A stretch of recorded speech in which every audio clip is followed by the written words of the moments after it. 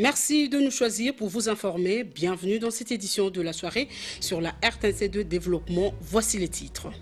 Tradition respectée ce matin à l'hôtel du gouvernement où s'est tenue la réunion de la Troïka stratégique de la situation économique tant nationale qu'internationale à celle de la Société congolaise des transports et ports en passant par la paye des agents et fonctionnaires de l'État.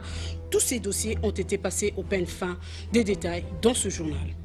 Plus que 2 semaines nous séparent de la rentrée scolaire. Nos reporters sont descendus sur le terrain pour faire la ronde de quelques établissements scolaires dans le but de répondre aux questions liées à l'inscription, aux ventes des uniformes et au paiement de la compte avant la rentrée des classes.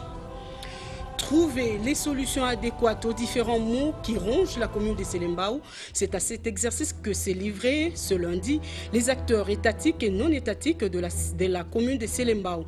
Quelles sont les pistes de solutions proposées par ce cadre socio-politique? À suivre donc dans ce journal. Madame, Messieurs, bonsoir et surtout bon début de semaine à toutes et à tous. De Mongafula à Selembao, il n'y a qu'un seul pas. Les acteurs étatiques et non étatiques de cette commune sont déterminés à œuvrer pour le développement de leur commune. C'est dans cette perspective que le cadre sociopolitique a organisé une rencontre ce lundi dans la salle des réunions de la maison communale de Selembao. L'objectif est de trouver les solutions adéquates aux problèmes qui rongent leur municipalité dans les secteurs de la santé, de l'éducation et de la décentralisation.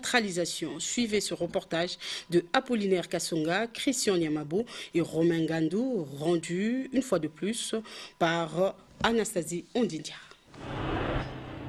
31 problèmes ont été détectés dans la commune de Selembao. Dans l'ensemble des problèmes majeurs sont l'opacité de la gestion de la chose publique, l'accès difficile aux installations de soins de santé de qualité, ainsi que le faible taux de scolarisation des enfants de le primaire. C'est autour de ces 3 principaux problèmes que ces acteurs étatiques et non étatiques ont cogité pour jeter le jalon sur le développement de cette entité. Le facilitateur du réseau des acteurs étatiques et non étatiques de Selembao salue ces cadres de concertation où les relations sont au beau fixe entre les parties prenantes. Même ensemble avec nos autorités, nous voulons quand même trouver solution dans nos problèmes.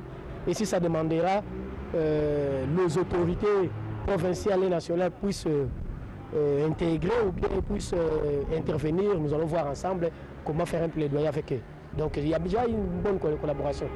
Et je pense que si dans toutes les communes de Kinshasa, ils peuvent prendre ce moyen, cette stratégie, ça va permettre que nos communes puissent développer. La mise en place de programmes de sensibilisation pour lutter contre l'insalubrité dans le milieu scolaire, la création de mutuelles de santé ainsi que l'élaboration des plaidoyers et le dépôt auprès des autorités pour le renforcement des capacités de la population sur la gestion de la chose publique. Voilà le piste de solutions proposées pour sortir du bourbier.